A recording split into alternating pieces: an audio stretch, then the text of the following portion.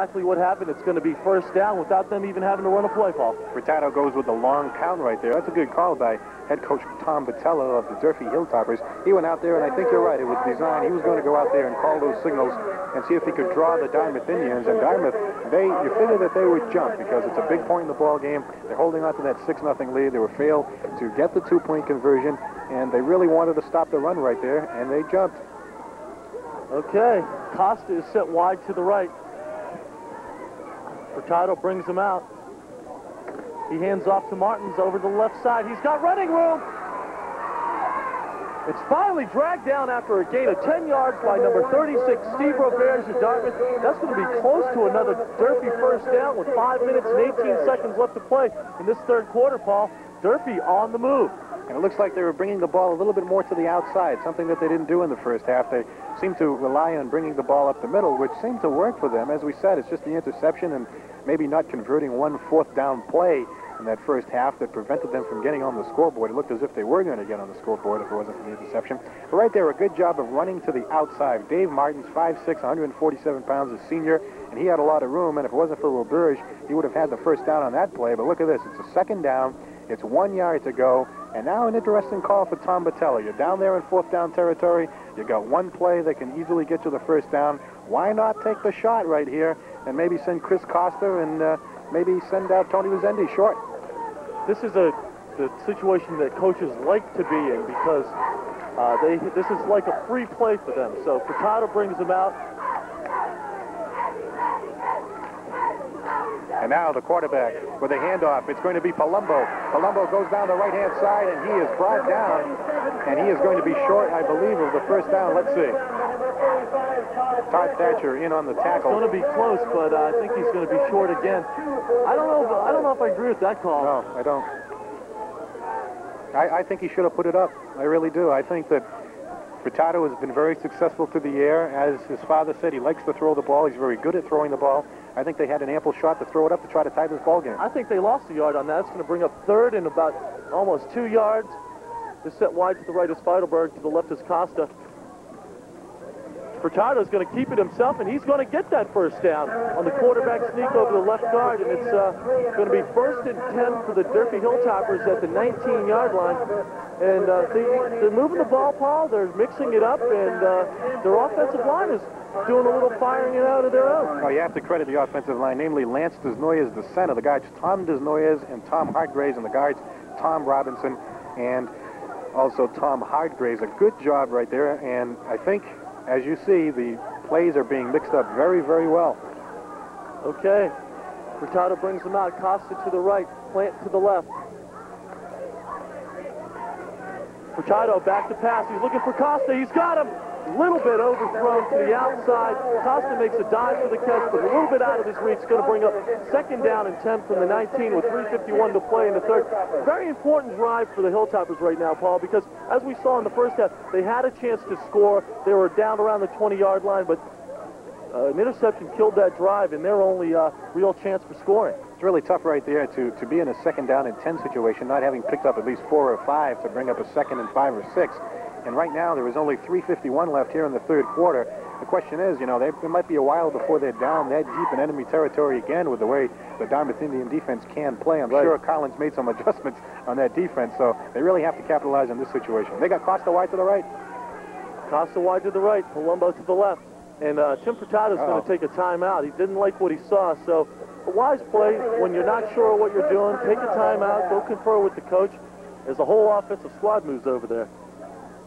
And while we have a chance, we'd like to thank yet another one of our sponsors, Roland's Tire Service. Thank you for sponsoring the telecast here. So now a lot of conversation going on between quarterback Tim Furtado, 6 feet, 178-pound senior, and head coach Tom Botello. It's a 2nd down and 10 situation. They're trailing by a score of 6-0, and the failed 2-point conversion could really come back to haunt Dartmouth. As we talked to Kylan Lynch the last time that we had a broadcast with New Bedford, they have had some woes with regard to kicking a field goal. They always seem to go for the 2-point conversion. First of all, Durfee has to get into the end zone first before they can start thinking about going for 2 or whatever they have to do. But I'll tell you, it's going to be tough. I think that they should perhaps go back to the short pass. I mean, they passed to Rezendes 2 or 3 times. He went out about 7 or 8 yards, cut to the middle, hit him on a quick slant, even a 2-step drop, and they can get some of that yardage back. So it's going to be an interesting call to see what Durfee does here. I looked to him to pass the ball again because they're able to pass the ball underneath. We have Roger Plant set to the wide to the right, Chris Costa to the left, Alex Pires in the backfield with Palumbo. Furtado back, straight drop back. He's looking, he's got a man. Pitch! It's number 45, Todd Thatcher. He's going down the right sideline. And it's finally hit and brought down by number 10, Tim Furtado. And the Durfee that was a great interception as he stepped right in front of the receiver and brought it down the right sideline. You know, number 45, Todd Thatcher, saw that ball was not going to get to the receiver in time. And he ran from about 10 yards to the right, and he was going full force. He saw the whole play right in front of him, and he was running like a crazy person right to where the receiver was. And we're going to watch this right here. Here we go. Now here goes Furtado. He's looking downfield. He's got the man going across. He's waving his hand. And there you see Thatcher from 10 yards deep just pick up the ball. He was in stride, and that enabled him to continue on before Furtado could bring him down. Okay, Burke next brings him out. He hands off up the middle to Reardon, and he's going to rip off a gain of 8 yards.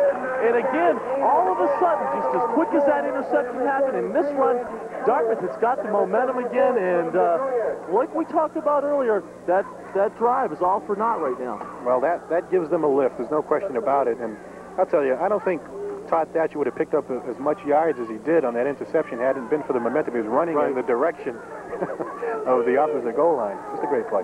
Burkness brings him out in the I formation. He's going to hand off to Shane Dakin after a gain of 3 or 4. It's going to give Dartmouth another first down as they're going to take over 1st and 10 from about the 39-yard line. And all they have to do now, Paul, is just continually grind the ball out like they did in the first half. They have the lead.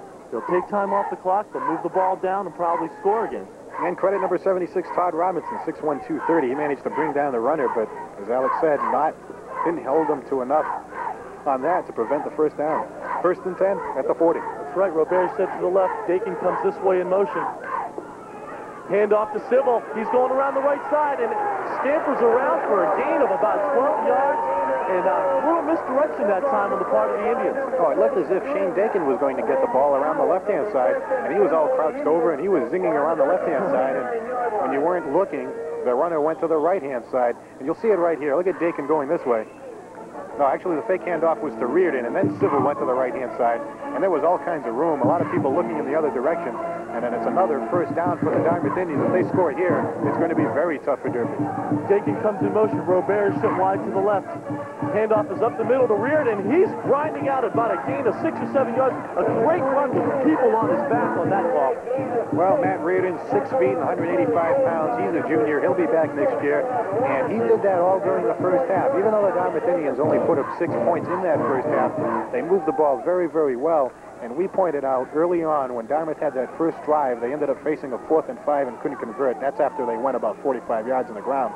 It was Matt Reardon that was doing a majority of the ball carrying, and he was grinding out, taking people with him in that drive. Okay, Civil comes in motion to the right. Some misdirection, this time to Dakin around the left side. He's going to be hit and stopped. He's going to bring down a 3rd down, I believe, and 4. Nice play by Durfee. That was similar to the play right there on the Dartmouth side. It was a fake handoff again to the right. This time they spring Dakin to the left. But I think Durfee, they just saw the play in the reverse a few moments ago. They were looking for that. And now the Dartmouth Indians are at a 3rd and about 3. And again, this is 4-down territory. They have 2 chances to get this. Okay, Robert's sent wide to the right. Civil's going to come in motion to the right. The handoff is up the middle to Reardon. He's got a first down and a gain of about 10. That kid is a very strong runner.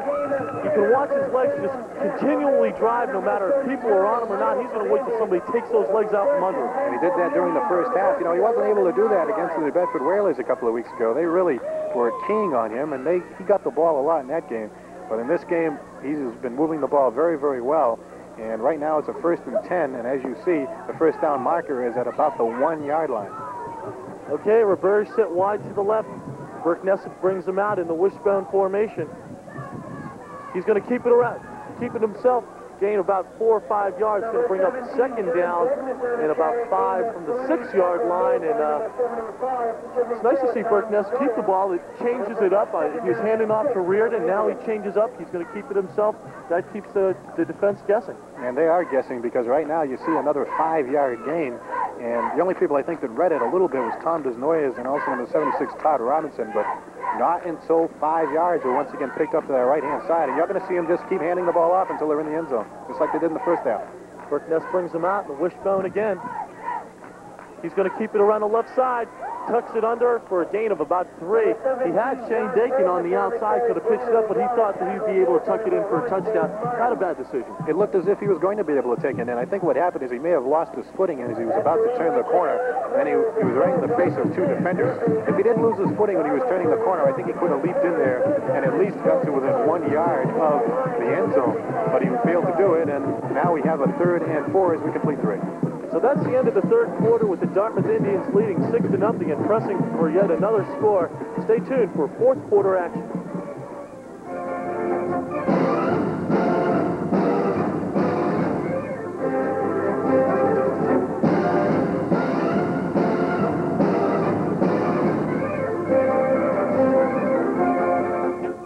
At Dartmouth Stadium for the 4th and final quarter. This game, Paul, it's been an exciting game. Both teams able to move the ball, but scoring it really hasn't been going on. No, and I think the Dartmouth Indians were a little surprised by the Durfee Hilltoppers. One thing that coaches are concerned about getting their team up when they play a team that, to be honest with you, is not the caliber of the Dartmouth Indians. Durfee's had a tough season so far. They've suffered a lot of injuries to Kitchen and others early in the season, and they came in here, and I think that they thought, along with the fans that are here, that they were going to have a cakewalk today. For the Durfee Hilltoppers, they played tough. They held Dartmouth to only 6 points in that first half. Durfee could have been up 6-0 or 7-0 at the end of the first half, but for one key interception turnover. So I think the Dartmouth Indians now have a grip on the game. They have the confidence back. They know they put one in here, and the game is just about over, and they're in control right now. So it's going to bring up 3rd down and 4 from the 5-yard line. They can get a first down from where they're at. And Burke Ness brings them out in the wishbone formation. Robert is set wide to the left. And the handoff is up the middle to Mark Siddle. And you know, that's going to bring up 4th down. They only gained 1 on that, Paul, and this is going to be a very big play. Durfee stops them. They're only down 6-0. 9:47 still to play here in the 4th quarter. We're just underway in the 4th. And right now, an interesting thing, you see the first down marker is about halfway between where the 4th down marker is and where the end zone is. The question is not now only whether or not they can get into the end zone. The question is whether or not they can get to the first down. And if they get to the first down, that's almost tantamount to a touchdown. That's right. So Dartmouth takes the timeout to talk over the strategy. They know that this is an important play. If Durfee can get into that backfield and stop them, that's going to give the Hilltoppers the momentum, and all they'll be is 6 points down with almost an entire period to play. And while we have a chance, we'd like to thank another one of our sponsors, Bristol County Cellular Telephone. Paul, we talk about it every week, but no, we have to thank these good folks. Hey, you know, we had a good conversation the other night in our cars. You know, we're talking about the game and the strategy. All right. So, you're the coach right now, Paul. It's 4th and 1. I don't think there's really any guessing to do here. Just run the option up the middle, and if you're Durfee, that's what you got to be looking for. And as we said, it's very important right now. This is not a 4th and goal at the 2. This is a 4th and 1 at the 2. That's right, exactly. And I mean, Durfee could actually stuff them with good defensive play, and Dartmouth still has a first down, and then 4 plays to put it in. Well, I think it's going to be all or nothing, either touchdown or stop myself. There wasn't a lot of room in there for the first down. Okay, Burke Ness brings him out in the wishbone formation. All bunched up the middle. He's going to keep it around the outside, and he's hit and brought down, and I don't believe he's going to have the first down. Durfee Hilltoppers are going to take over 1st and 10 from the 2 or 3 yard line. Big play on the part of the Durfee defense. Not even the first down, and the first down marker was only a foot away from the line of scrimmage. It's 1st and 10 right now for Durfee. And you know, I think the problem with that is we knew it was going to be Reardon. Everybody knew it was going to be Reardon. And what happened was they just keyed on him.